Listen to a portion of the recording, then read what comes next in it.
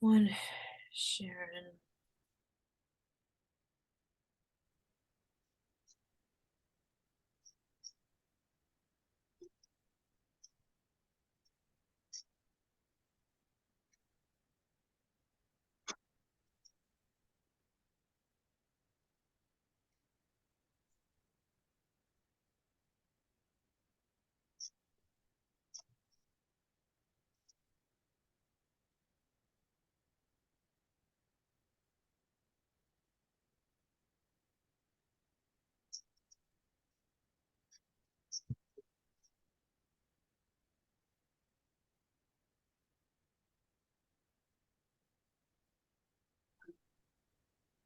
It doesn't look that way.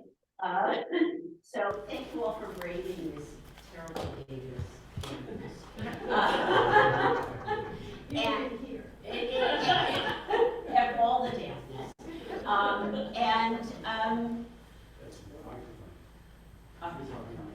Okay. Marty, am I allowed to be speaking? Mm-hmm. Okay. So two things. Rabbi is home with the crud. And so you cannot see him right there. And yes, we cannot see him in many places. So welcome. I want to start by asking you to think for me, with me, about anything that you have thought about over the course of the last 2 weeks, vis-a-vis the kinds of conversations that we're having here. Marty J says the sound is set to the star. I got it. Okay, you know what that means. I got it. Just to, kind of get us back in the space and what you've been thinking about, if you've been thinking at all over the course of the last 2 weeks. If you've been thinking about other things, keep that to yourself. So, ideas, thoughts, questions that you've had about what we've done thus far? No? Thank you. And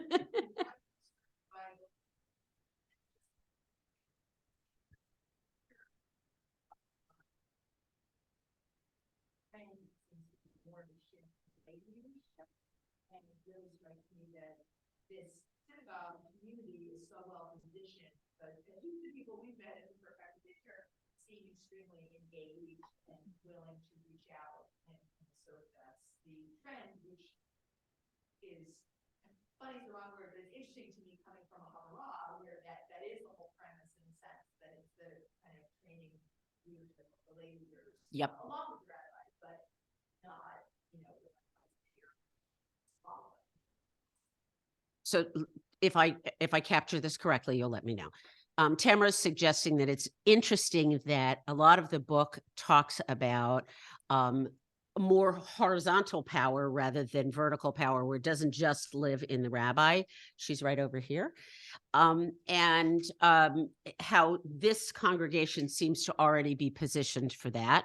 And I think I think that is largely accurate, but I'm going to challenge you all to do more of that today. That's kind of our task for the day. Thank you. Other thoughts or comments? Go ahead, Diane.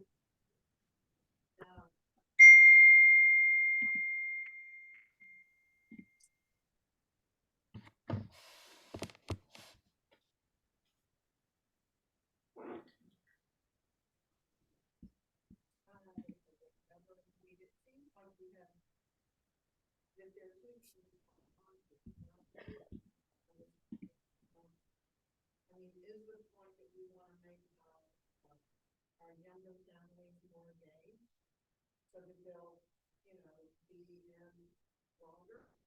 Are we trying to use more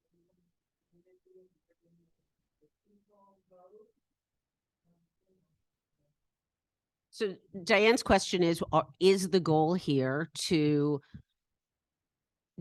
more deeply engaged people who are already engaged? And or, because I don't want to put it in an or, to engage people who are not yet engaged. I want to stretch that a little bit and to think about the possibility that the forms of engagement that we have historically used may not be the only forms of engagement that are relevant. And so, so then the question is,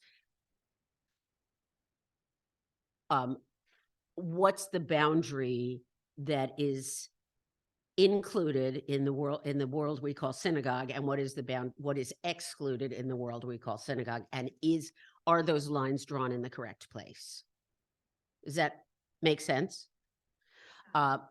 Not quite. Okay. And I think that one of the questions that now, I haven't had this conversation with Rabbi Jay, but with some of the other clergy that I speak to a lot, one of the questions that they're asking is how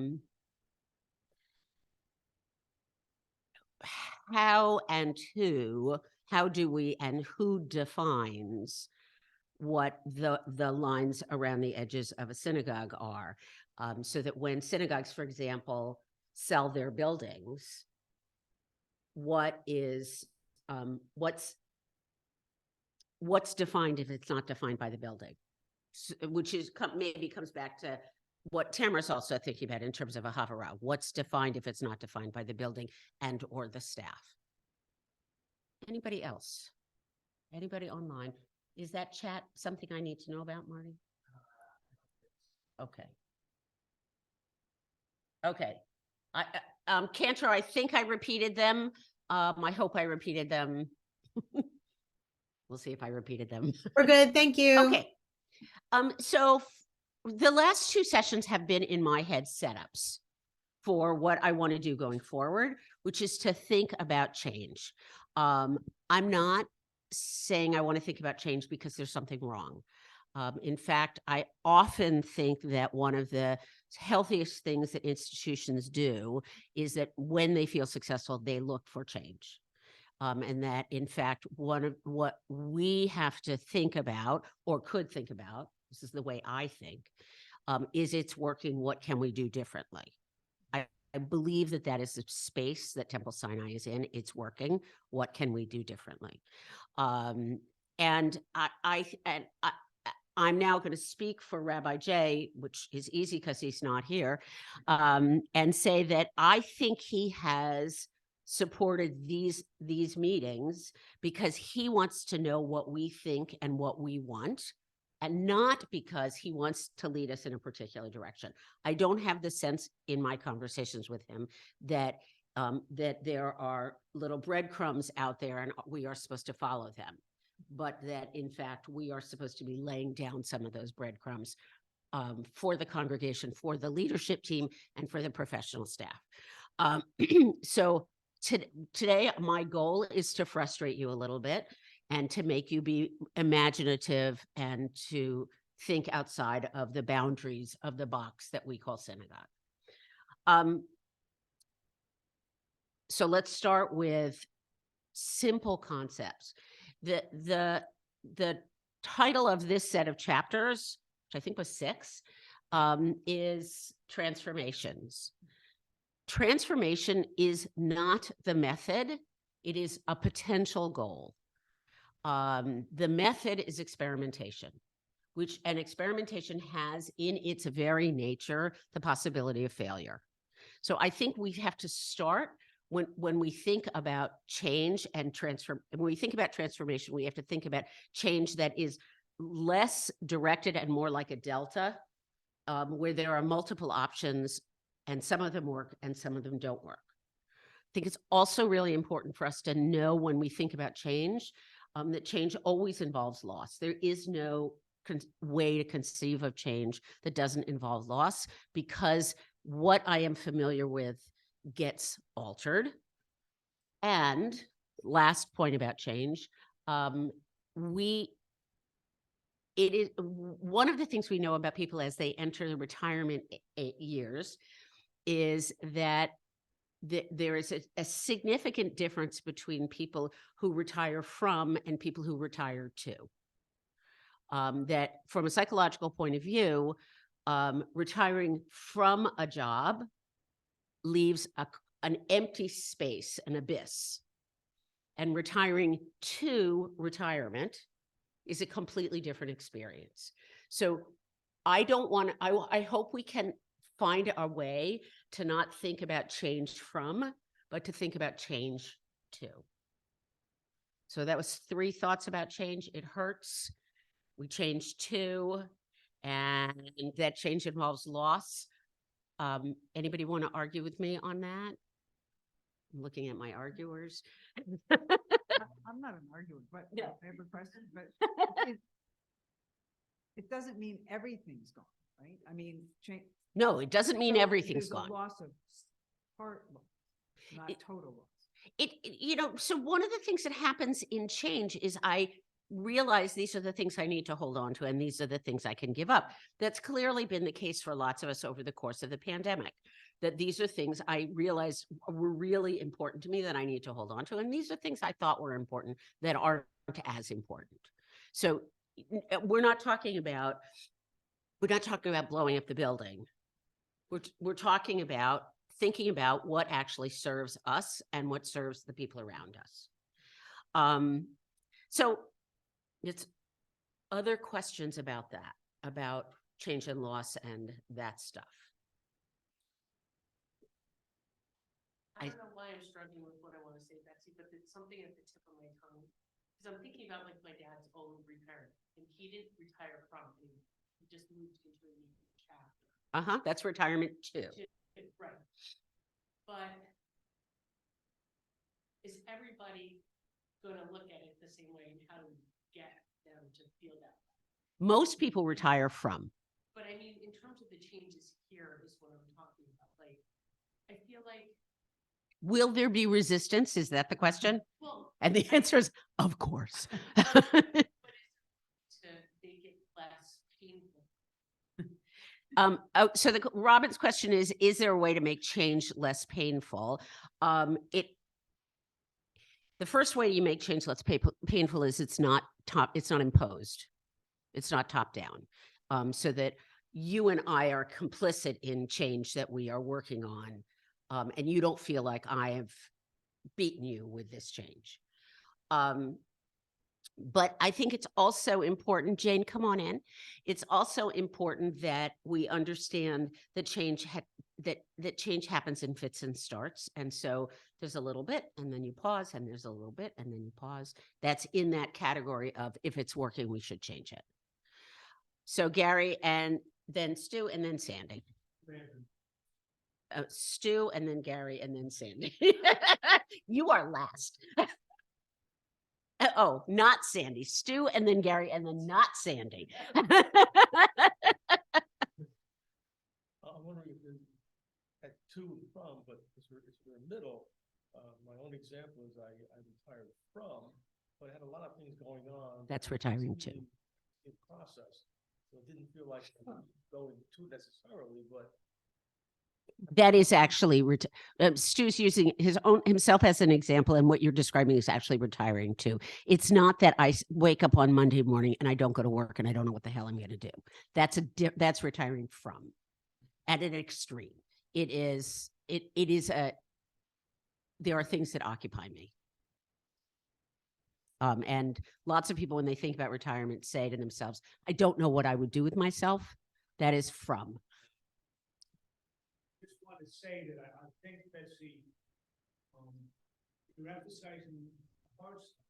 You know, it's going to be hard. You're going to lose them. And in the end, it's about things we gain. I think that's what. So Gary points out that I was talking about the downsides of change and not the upsides of change. And there clearly are significant upsides of change, not the least of which is that change is fun and exciting for some of us. It's not fun and exciting for everybody. And I would go a step farther and say that change is one of the places that I learn myself better, whether I'm looking at myself as an individual or as a community, that I understand more things about myself in the process of change. Steve.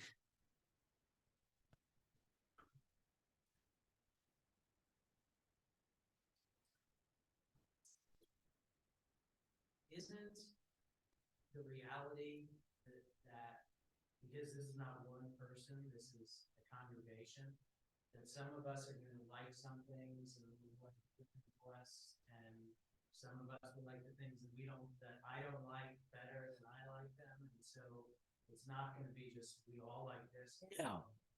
We will, so Steve's point is that we will not all like all the change, and that is inevitable. And there are those of us who actually just enjoy change more than others.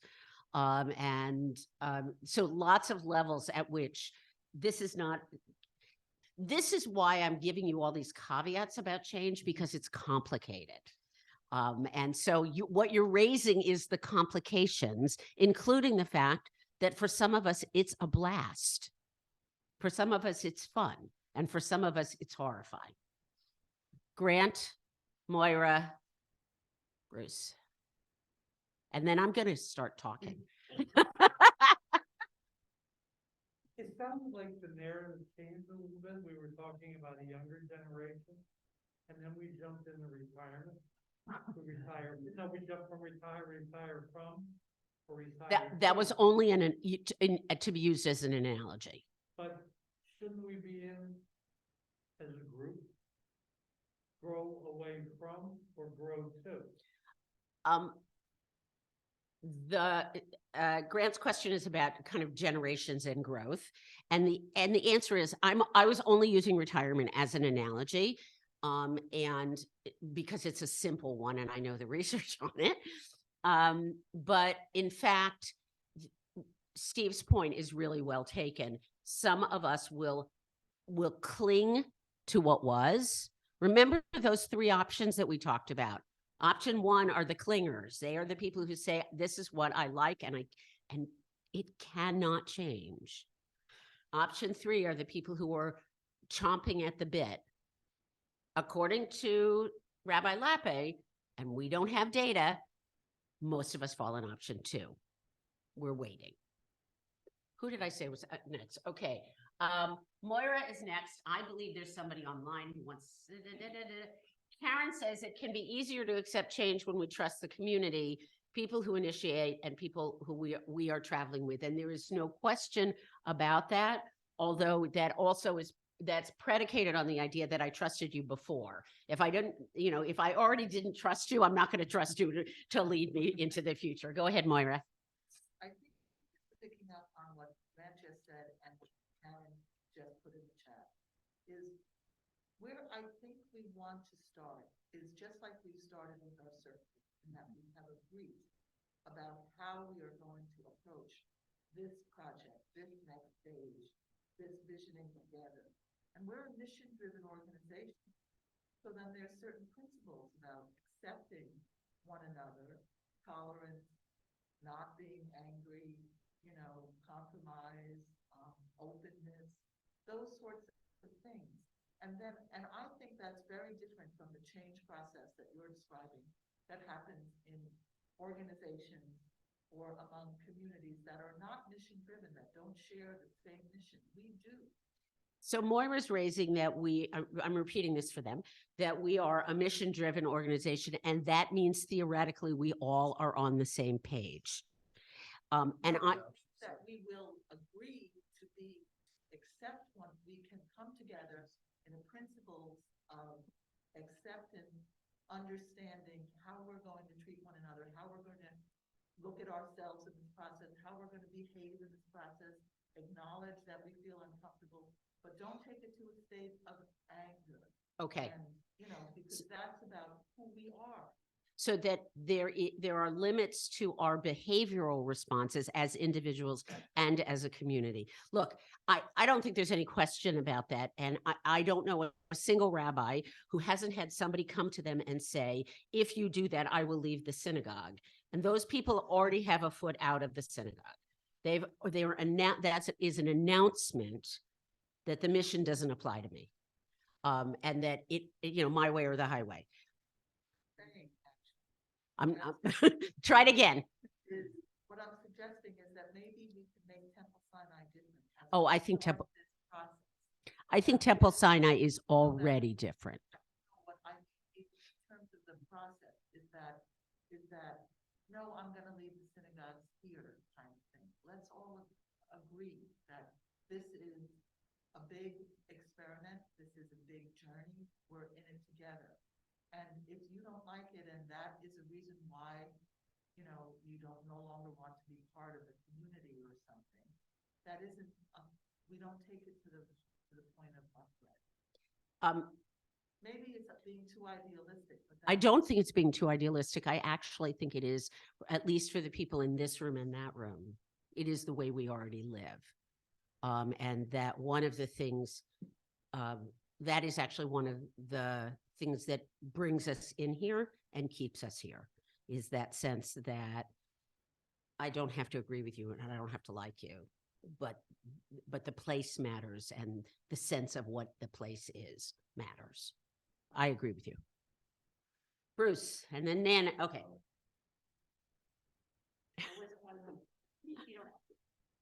I can. You put your hand up. I know. I saw it. Okay.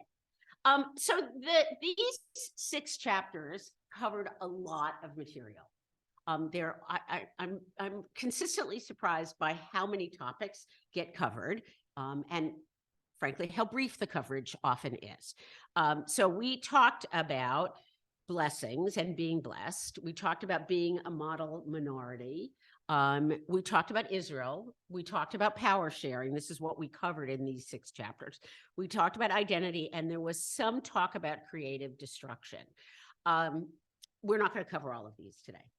I want to suggest to you that very often, that when I was teaching the 6-7s, which was 6th and 7th graders and their parents, one of the things that we talked about, that we learned about, was that in many cases, those things which we consider our blessings are also our curses. Whether they are, privilege is a blessing and can feel like a curse at times.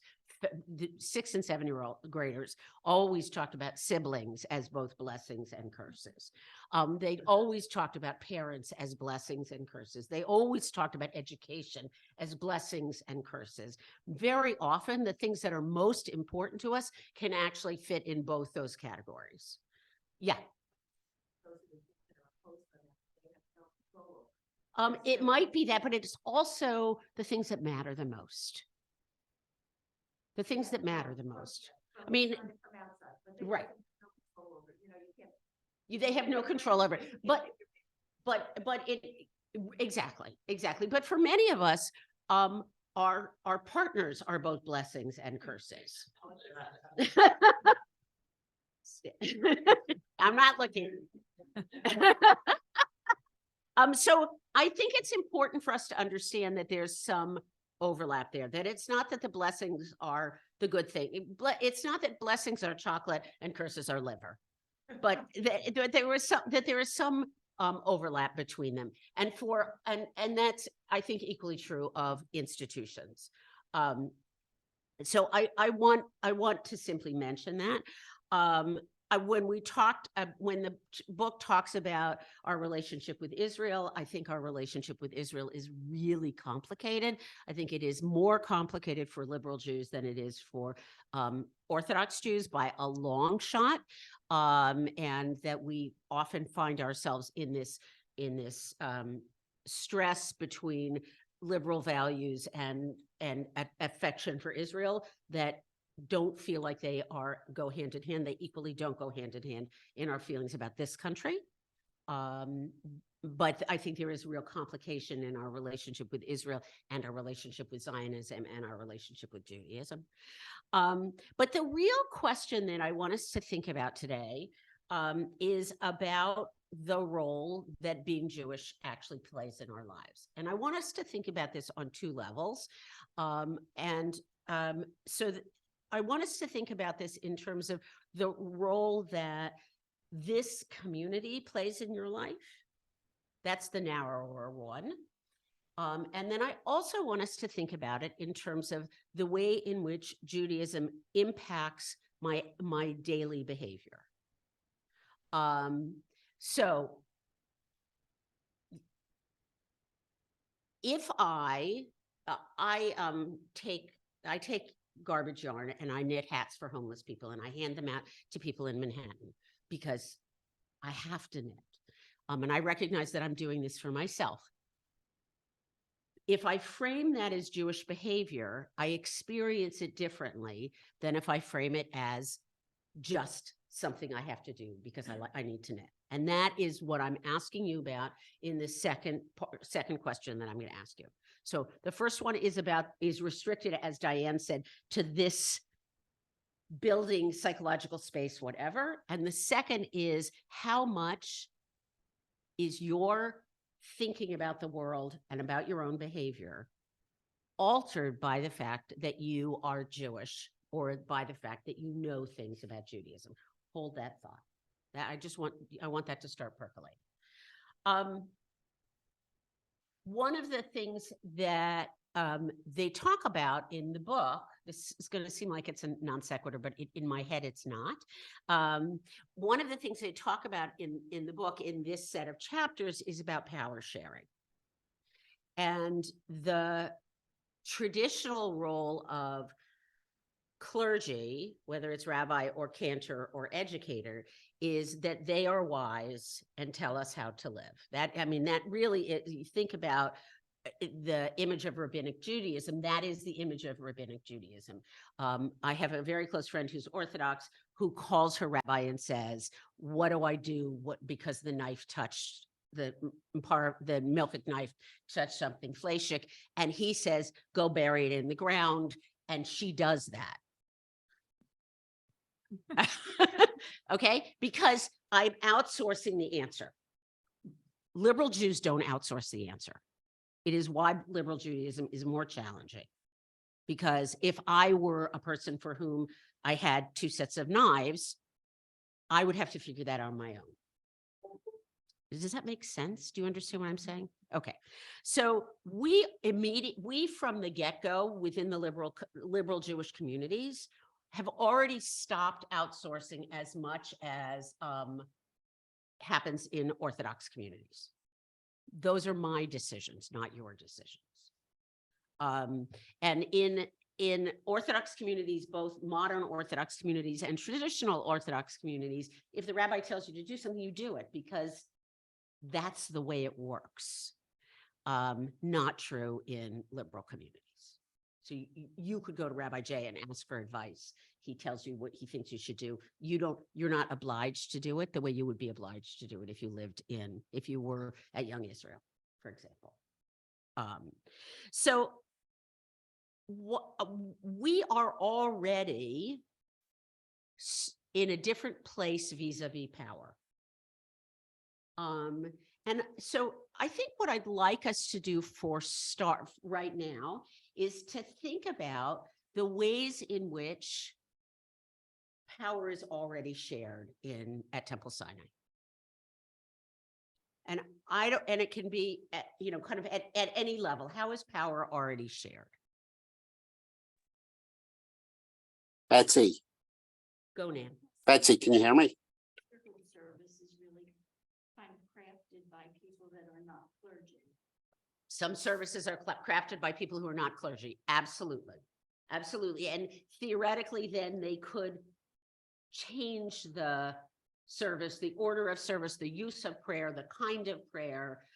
You could write your own, all sorts of things. I mean, basically, there's some limits on what can and can't be in there. You probably aren't allowed to cross yourself. But within parameters, there's a lot of fluidity. Great. Other examples. Go, Jane. Seems to me to be a collaborative effort, not being part of the walk. I don't know that, but that's what it looks like to those of us who attend. So potentially Ruach. There's another service, which is, though it's clergy led, is it's not that it's more participatory, but it is potentially more influenced. Larry is raising the one that was obvious to me, which is circles. That, go ahead, Moira. So, it's interesting that we talked about ritual first, because that's the rabbi's role. But from a governance point of view, we're a membership organization. The board is in charge. Right. The rabbi and the cantor are employees. That, we don't think that way because essentially what we've done is hire them to be our spiritual advisors. Right. Nobody thinks that way, but that is the power structure of the organization.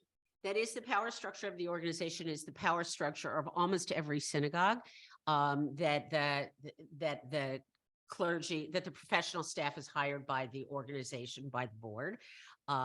Interestingly, in many synagogue organizations, that is something which clergy get hit in the face with over and over and over again. We hired you. And so in lots of congregations, clergy don't feel secure enough to be leaders because of that. Yes, Marty. Larry just wanted to make sure that I said something about circles. Yeah. Circles also are, but circles are democratic with a glass ceiling, right? Because if I came to you right now and said, I want to start a circle on, it would have to get approved. There is a hierarchy. There's still something vertical that's happening there, right? I think the reason it's interesting that we started with worship is because worship is both one of our central behaviors. I'm not sure if it's a central mission, one of our central behaviors, and probably the place that clergy get the most frustrated because it's central to the mission, but it doesn't necessarily get the greatest number of people. And so there's this complicated relationship that not that they have, but that we have with worship. Great. Anything else where you would want to, you would say there's a different kind of power sharing? Go ahead, Nan. I think, like yourself, provide educational tasks that are not run by Erica, our educator, or anybody who's been Right. in that. Right. I'm leading this and not Rabbi or Cantor or Erica. That's actually because it doesn't matter why. But that is a great example. I don't anymore, but Moira does. Yeah. It is a similar thing. So we have taken people who want to be in some of those educative roles and allowed them that space. Yes. Although it's not part of the administrative function, we do have major organizations that influence what we do. I'm thinking of the sisterhood. So we have Stu's pointing out that the Hoods also have some influence on how decisions get made, and honestly, the parallel here. It's imperfect, but I think that one of the really interesting things we're seeing in the greater Jewish world is the influence of who can pay for something. So if the give me the name of a Jewish funder, they're all pardon. Great. Okay, so if the Grinspoon Foundation wants something to happen in the Jewish world, it will happen. Because they'll pay for it. And if Betsy Stone wants something to happen in the Jewish world, that's charming. And that is also, there is some relationship there with the Hoods. What are the Hoods going to pay for? And how do they operate as leaders and as financiers? Go ahead, Carl. Mitzvah Day. Tell me how.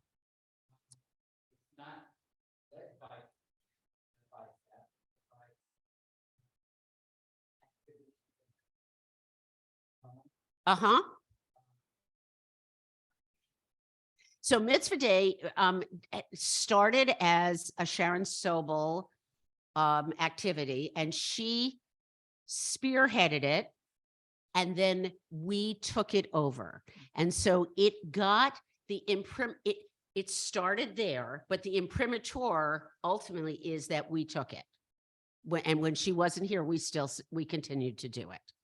I think that's a great example of taking something from one location to another. Well, I will say, Okay.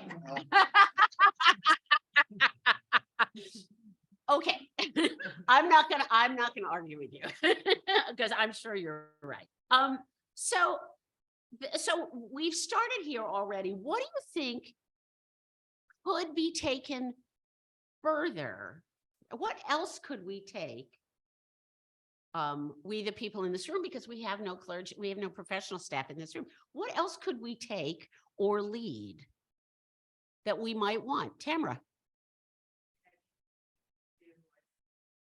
There's relationships outside the temple, but other community-based organizations like Inspirica or the other organizations that are, related to volunteering. And so the temple is looking for people who are outside. Oh, that's great. Based on lay people serving as volunteers. So here's another place where power is more horizontal. If someone wants to make a shidduch with another organization, that generally is okay, and generally is supported. That's great. That's great. The Hope in Motion Walk Dignity. The Dignity Pack is something that really lives elsewhere, but we do it here. Great, great. Another thing I want to suggest to you that is kind of an extension of what Nan said. How many of you have ever led a Shiva Minyan? So those of us who lead Shiva Minyans are taking part of the role of clergy. And we could empower more people to do that. It would not be a bad thing. Taking part of the role of clergy, much as Nan was talking about the Sisterhood Shabbat. And it raises this question of what else would we take, and what would that liberate Rabbi Jay and Ketra Micah to do? So what I'd like you to do right now, and again, you need to email me because I don't have a chalkboard or anything. What I'd like you to do right now is to break up into 2s or 3s, not with the people you drive with, not with the people you live with, not with your best friend, whatever. And I'd like you to ask the question, if you were starting a shul from scratch, what would you include? And what would you consume? What would you consume? What would you use? What would you use? So I might start a shul with an early childhood center. I'm not using it. I might start a shul with, yes, what would you use personally? So sorry. I must have been hungry. So the goal is, I'm going to give you my email again so that when you break up, you probably all have it by now. Okay. I want you to, Marty, if you would put them in 2s and 3s. Thank you. The goal is to think about, one, what would you include, and think as creatively as possible. A basketball court makes sense to me. What were you going to say, Robin? I said the gym. A gym and a pool makes sense to me. We're not limited by money. We're not limited by space. What would you include, and what would you use? Questions? 10 minutes, go. It is now 7:39. I want you back here at 7:50. Oh my.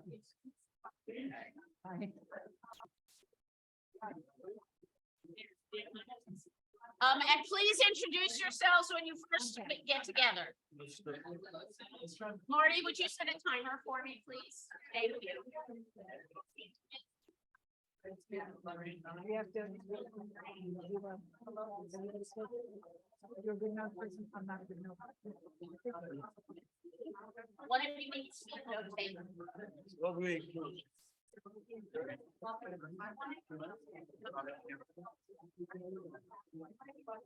Well, I think it's up to somebody who has some religious.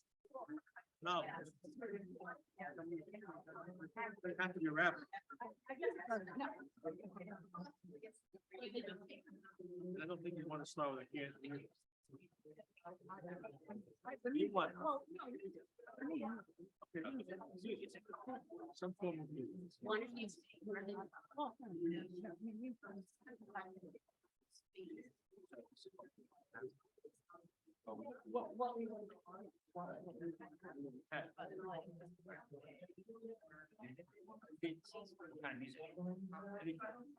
Well.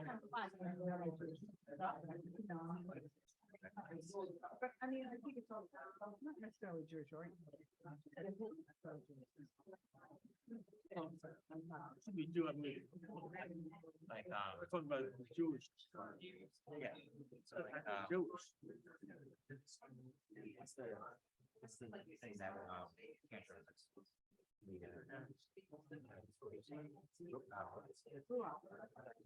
Well, they grew up and there's, Called Sinai. Yeah, that's music, right? How about a physical location of any kind, particular kind of location? Yeah, something, a place to meet. Sounds good. Not necessarily. Yeah. And that's not well. He said he was just gonna stay in the main room. Yeah. I shuffled them. Probably. Scratch. I think. Some minor financing. We had to rent, we may have to spend some money to. I mean, that wouldn't be drawn to anyway. But that's how.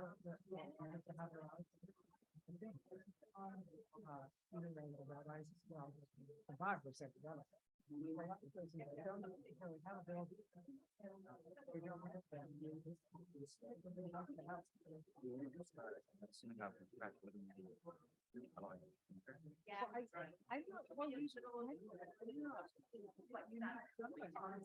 And somebody. Some knowledge, some leadership capability. Someone to lead. Someone to lead us.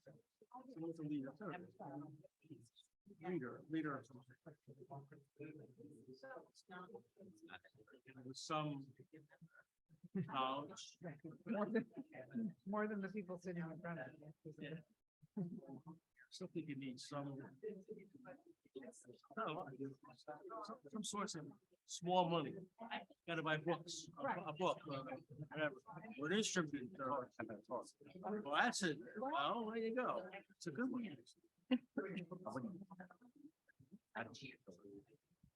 But it's You don't- it's well, important symbol of It it. is very important. You can also have it's not, which is a book that has it in it. If you can afford it. Because that's a big. You don't need, you can buy tiny little toys. Don't have to. I'm from First Century, I was in. Bar mitzvah, I had this little. Yeah, little one when I was in. I'm just. Some form. Some form of, yeah, right. Some form of. Symbol, good word, yeah. Jewish symbol. Follow me to eat, and they are supposed to be the basic. Otherwise.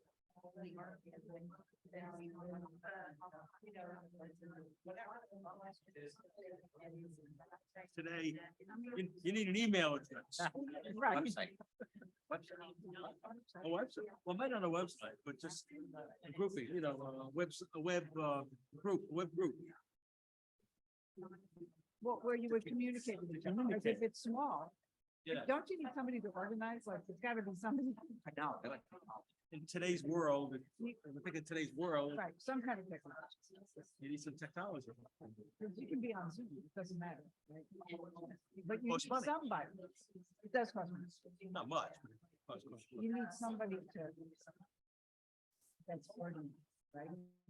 That says, So you think the leader or the religious? well, maybe, yeah. Right. So there's not really done the spiritual.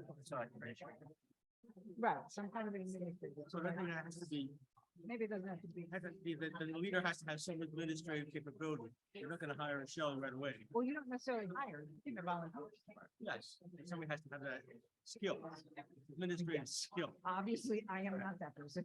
So we're not gonna have you in art. No. I'll come to services, but you know.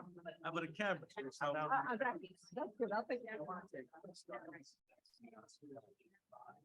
Say. Form of conservative. Or a mission. Or a mission statement, or something.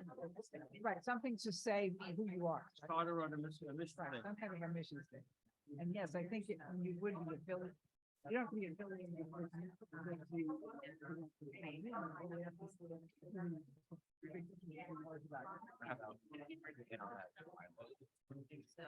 If I could interrupt you for a moment, think about the people for whom, if I could interrupt you for a moment, think about the people for whom this is not a safe space. A safe space, not only the people for whom it is a safe space. Think about people who are non-Ashkenaz. Think about people who are in searching for identity, whether it's around gender or sexuality. Think about people who are Jews of color. Think about people for whom this is not a safe space. Okay. Right, that's a mission statement. Right, that's setting up the values of. Yeah.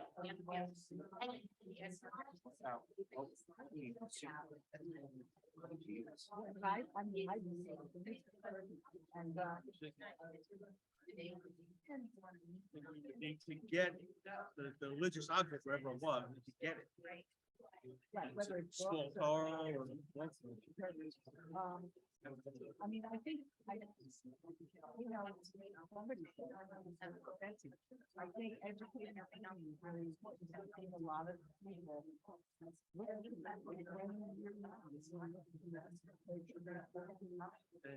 And another thing we need, maybe an educator. Don't have to heavy, doesn't have to be that rabbi. Someone who can teach. The young kids is a great point. Right.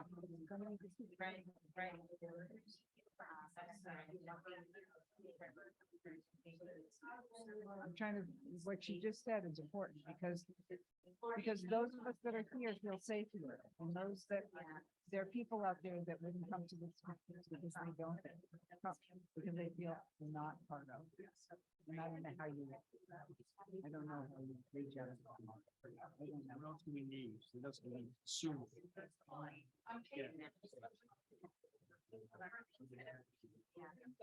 So we gathered these people together. We had a small service. All right, you done, Maurice? Kidding. I mean, that's. Yeah. I guess the question, trying to figure out what makes the temple. Right. Right, because it isn't necessarily the rabbi. It's probably that. I mean, if. Everyone has the same understanding of what trying to do. You're gonna read it. You're in charge. Well, Steve, you send it. If you want to send to her? Yeah, we just, Is it email? somebody just send it as a, so that, Sorry, thanks. I don't know what she does, but she gets them as a link.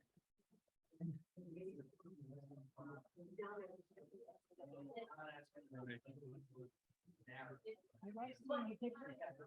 I love seeing the pictures.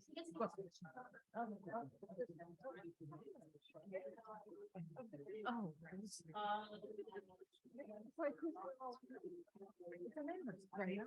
Correct. I'll summarize. I'll send in a note. I didn't know. They cut us off. Yeah.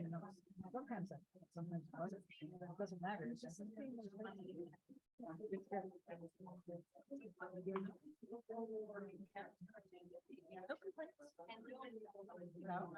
What's up, everybody? Hello. It's good to see you all. Hi, Wend. Howdy out there. Good to No see you, hugs Wend. today, Susan but Costin's in the house. The Lillians from Florida. I Oh my God. Florida. that my inability to get you guys back is because this is interesting for you.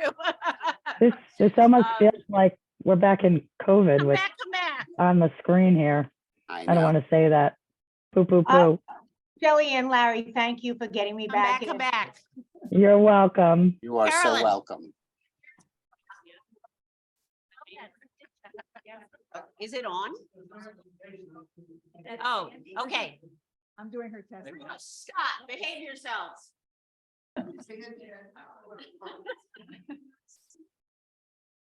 I hope that my difficulty corralling you means that you're actually engaging in the conversation and enjoying it and thinking about things.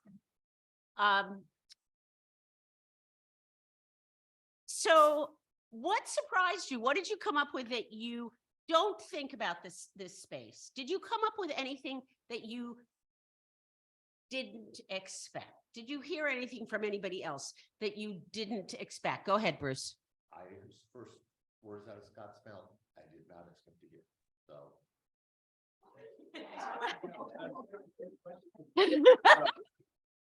The first words out of Scott's mouth were surprises, and none of us are going to ever know what they are. you just said what surprised me. Okay, Scott, what surprised him? Well, I sort of took us, and we discussed it with the group, but took us in the secular direction about what are our needs as people, and came up with things like a Starbucks bar, Uh-huh. meta mitzvah. That's not where he started. That's not. No, that's not where he started. He didn't start with Starbucks. Bruce, where did he start? He went virtual and then we added the meta glasses. I added the meta glasses because he wants his community to be virtual around the world where anyone can get in. I'm like, well, there's so much isolation with that. If we're gonna, the temple, I want to at least have the feeling of the temple, so we should go with those, virtual reality glasses. That's how it Okay. started. So- I'll speak later. So Scott started with, basically the question was, why are we limited by time and space? And that's a really interesting question. Some of the larger congregations in the United States, I mean, Central Synagogue does this all the time. Everything is available online, everything. And you don't have to go to Shabbat services on Shabbat. It is a real question of, are we limited by time and space? I think that's a great question. And I don't know how you use meta glasses to help that make that work. But money was no problem. You told us that. So Money is no as we problem. built things out, I'm like.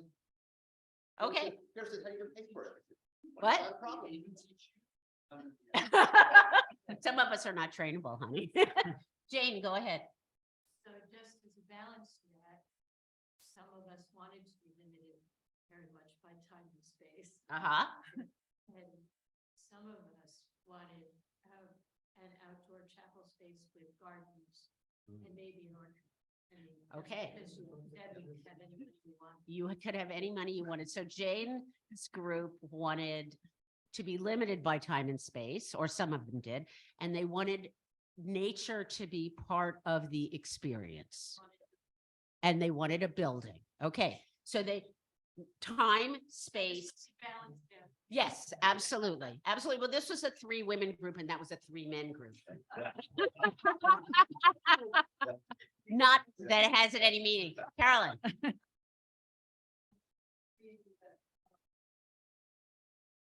and outdoor spaces available. Outdoors, so. And so I'm curious about, for both of you, and I don't mean to limit it to these choices, but I'm gonna do it anyway. Is that outdoor space meditative space? Is it gardening space, which could also be meditative space? Is it communal space? Is it private space? It's not all on. It's what? It's It's not the current law. It's not the current law, right? All of the above?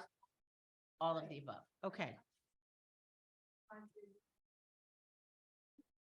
those things that are needed when they are needed, when people are available to receive them, as opposed to on schedule. Oh, so here's a group of women who are also not limited by time and space and who want, who almost want to be able to just push a button and have it be available. I need it right now. Have it be available. Well, the problem with getting people to services is that they're held on a schedule and people's lives don't conform. At Right. different times in their lives. And so if they want to have to provide those things with at the time that they're able to have, like when it is in them. I just came back from teaching at the Association of Reformed Jewish Educators Conference. And one of the things that they did there was they said very clearly, educators need a Shabbos. The conference was from Monday to Wednesday, and we called it Shabbat, and we began with candle lighting and prayers, and we ended with Havdalah. Because they really wanted to create a sense of Shabbat. And there was lots of time where they would say to us, go nap. That's what we need right now. Go sit. It was pouring, so nobody went outside. But it was really make Shabbat out of this Monday to Wednesday time. 48 hours of Shabbat. Go ahead, Tamar. Struck me about things. First, I did a lot of work related study groups as we talk about change, and there's always at least one voice that's always saying, but this is the way we do it, or we tried that, or whatever, and there was none of that, so it was very. Hallelujah. I'd also say we talked about things in a way that in a sense all felt additive. We weren't saying we have to stop that in order to do this. It felt like our vision was more of this kind of hive of activity where you could come in and, you know, taste like a big buffet of the meat. Uh-huh. Stuff rather than like the feeling I get when I get the newsletter from the temple is that there's so many things going on, but they're ordered, there's a schedule, there's, you know, this is for this group, that's for that group, and this felt much more like just a tastings, like this beautiful buffet of just things where all sorts of people would get the input all together. So this is very interesting. I'm now hearing another comment that has to do with why are we limited by Friday night, Saturday morning, Wednesday evening, even though it's raining. Why are we trapped by time and space? And I'm really curious if other groups also talked about that, because I think that that's enormously important feedback for Rabbi, if other groups also talked about that. To piggyback on what I was saying, I was talking about the fact that assuming time and place are part of it, the synagogue is building, making it available to have community here, not only for Events. Right, so let's go have a cup of coffee there. So I was saying it would be great if there was opportunities for food. Food is a great issue, get the conversation and meeting and so on. So let's have a sandwich there. Let's have a, let's have a company meeting there. It's a great meeting space. Right. So it's a way to bring people in, not only for Shabbat on Fridays. So Carl and David talked about using the space in social ways that are not Jewish in their nature, but are Jewish in their experience. Exactly. And Carl think wants of to that edit way what you too. just said.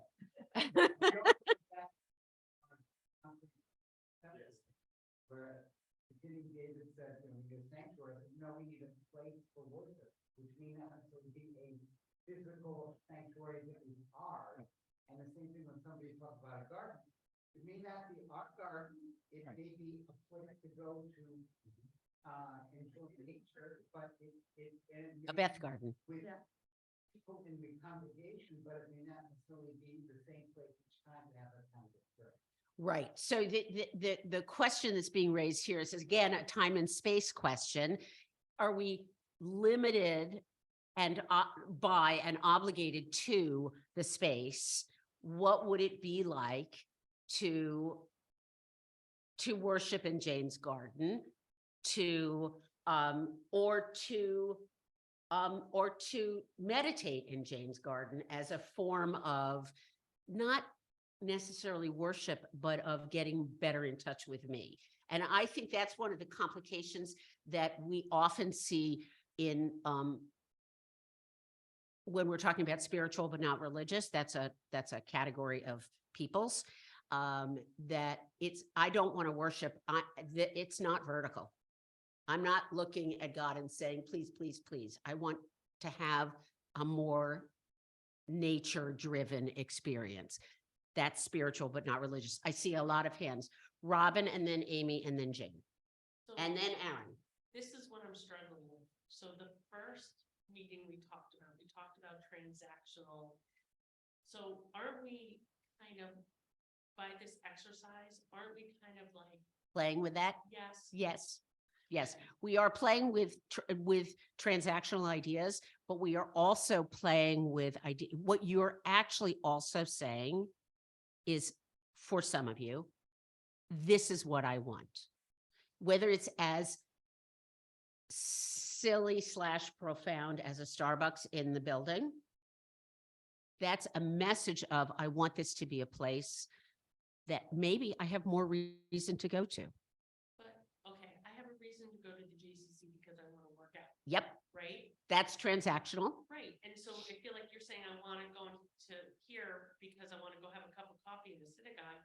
To me, is saying the same thing. So I would suggest to you that transactional stuff, particularly if it's reciprocal, so it's not just I'm offering you something, and that's the problem with Starbucks. Transactional stuff is an on-ramp to something that is more connected. Okay, who was Amy? So one thing that we talked about was that if we were creating a brand new city, Uh-huh. couldn't you create a religious center that is not affiliated with any particular religion, but that people use for worship as needed? And how important or not important are the physical religious adornments of things in our sanctuary? Or could it just be, this is a worship space and Christians can use it and Jews can use it and Muslims can use it and Buddhists can use it? Okay, so a number of thoughts. In Charlotte, the entire Jewish community is on one campus. There are 2 day schools on one campus. There are 2 preschools on one campus. There are 4 synagogues on one campus, and the JCC is on one campus. Now, in a world of anti-Semitism, that scares the shit out of me. But they decided that they were a community of communities. And The next level. and you're going to the next level. I mentioned to Amy's group that I actually think that one of the holiest places, and I mean that in the use of the word holy, that I can imagine is the chapel in a hospital, because it is a place where so much pain has been. And that's exactly what you're talking about. Who was next? It was a Jane. Okay. And then Aaron, and then a couple more people, and then I have an assignment for you. So this is beyond what the group discussed, but for me, and sometimes I think when I watch the kids, one of the most powerful moments in a Jewish community is opening the ark and having the Torah spread out, and seeing the Torah, particularly Jews and people in book. The Torah, and for people only familiar with the Jewish tradition, the Torah is an amazingly different symbol than you will see in any other religions, at least 45 million at best. And it's powerful, and it says something to the kids, right, as well as others.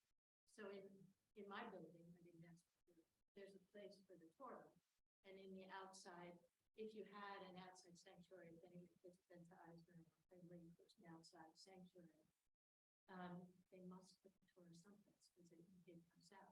So, okay, so it just seems to me that front, that you need a place because the Torah is so central. And yet the Torah, so Jane's raising the question of back to time and space about where we keep a Torah and and what role it plays. And of course, the Torah is special because we make it special. It's not, is it special in and of itself? Well, I think every, and this is just my opinion, if you're trying to have a community of people of the book, and you're trying to do it, what is that phrase, from generation to generation? Lador Vador. There are certain symbols that are important. Yes. And the Torah, and frankly, it's very moving, some of the services where people bring Torahs that survive at home. Right. So that would be my opinion, that we certainly wouldn't want to diminish the place of the Torah and potentially in our beautiful embroidery. Yes. So Jane wants a space for the Torah. She may not want any other space, but she wants a space for the Torah. Go ahead, Aaron. I was gonna touch on the same thing that we talked about in the first session where, you know, there's group A, B, and C, or like when you first gave us the assignment, what would you need to start a temple? I immediately thought of my grandparents, what they would do.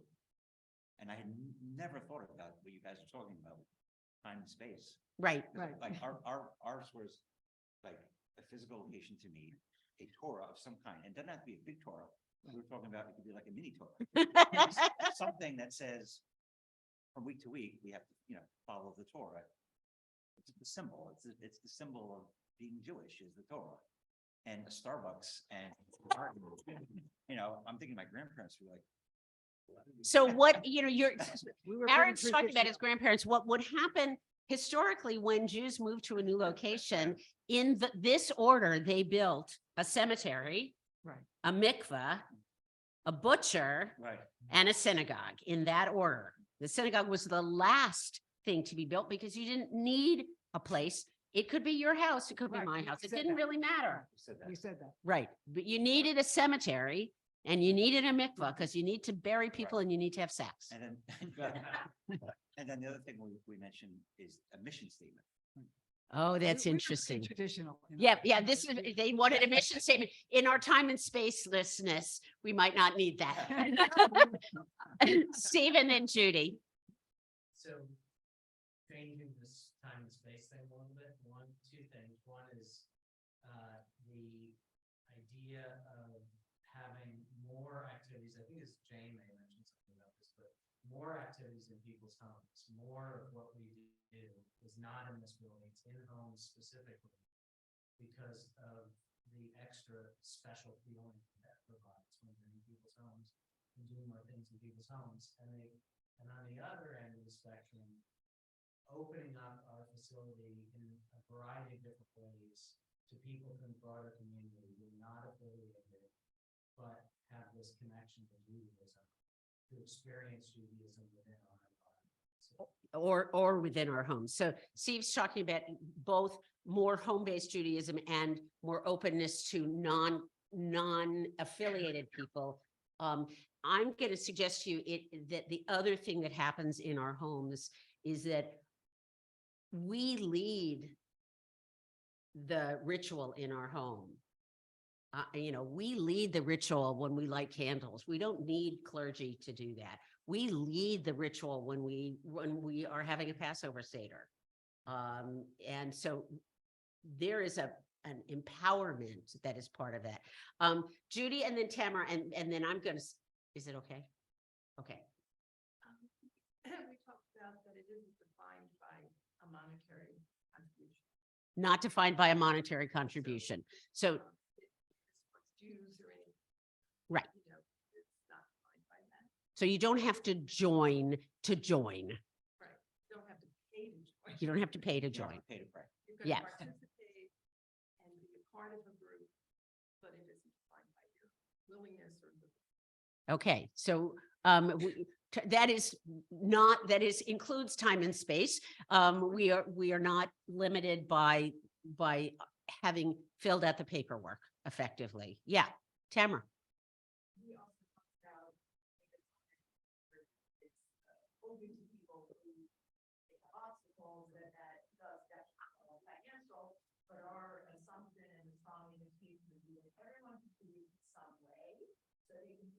story and you have 6 piece, basically, you say, we're gonna leave something so that it's something that every layperson is engaged in some way, and that the clergy is only used for kind of what they need to do. So, Versus the opposite, way I think most synagogues run. okay, so Tamara's pointing out the possibility that regardless of ability to pay or investment in paying, everybody puts something into the pot, whether it is that I bring the coffee or that I teach or that I am present for, or I have an idea and I follow through on it, and that the clergy is used for the things that clergy uniquely can do, and the rest of us step up and do the rest of it. Great. Okay. So here's my assignment for you. And now everybody get your cell phone out. I know you, oh, you did bring yours. I didn't bring mine, so I can't do this. One of the things that we're taught about Judaism, Betsy951@gmail, I want them all. One of the things that we're taught about Judaism is that it is what is called a wisdom tradition. That part of our obligation as Jews is to think. And what I'd like you to do is to take the next 4 minutes and write me an email about how Judaism impacts your thinking about your life. Right? You don't have to say anything that you don't want to say. I'm not going to judge you on this, and I'm never going to show them to the rabbi. I'm only going to look at them in the aggregate. What my question is, how does being Jewish impact either the way you think about your life, being Jewish or being a member of this congregation, you pick your poison. How does it impact either the way you think about your life and your daily decisions or your own behavior? How does it illuminate the path for you? And if the answer is it doesn't, that's fine. Do you understand the question? Yeah. Okay. On Zoom, do you understand the question? I only can see Susan. I hope she understands the question.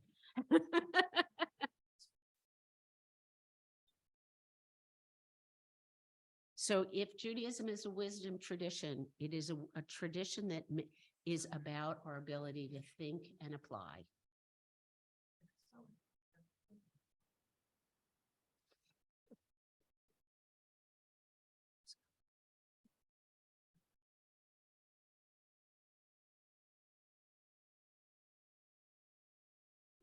How does Judaism impact the way you think or how you decide, the way you act in your life? What is it? This is what I'm looking for.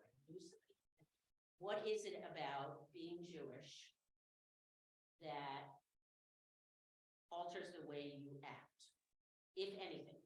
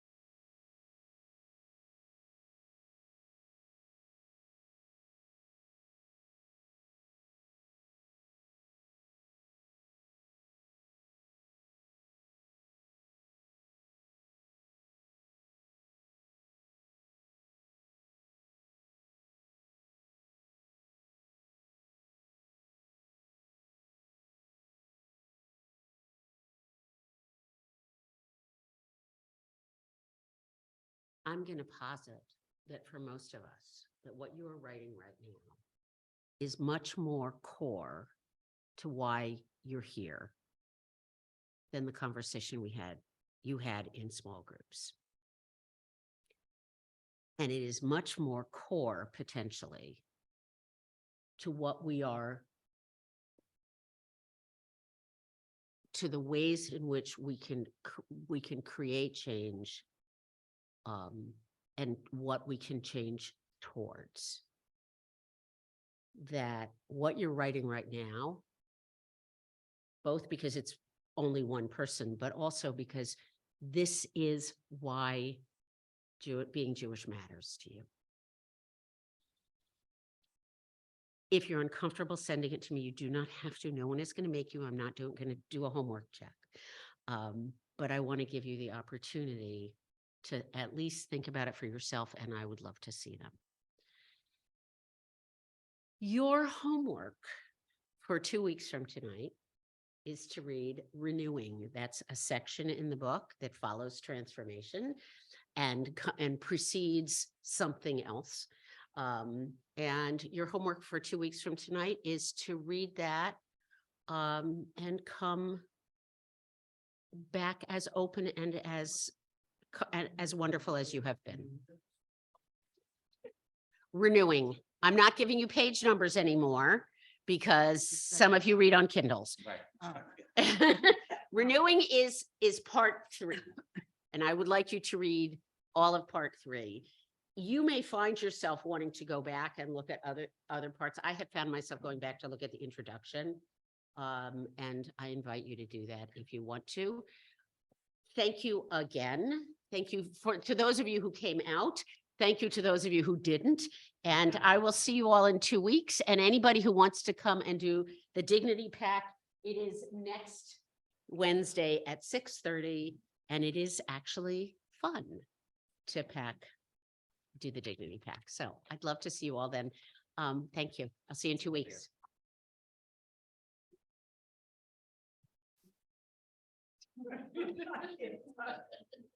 I love it.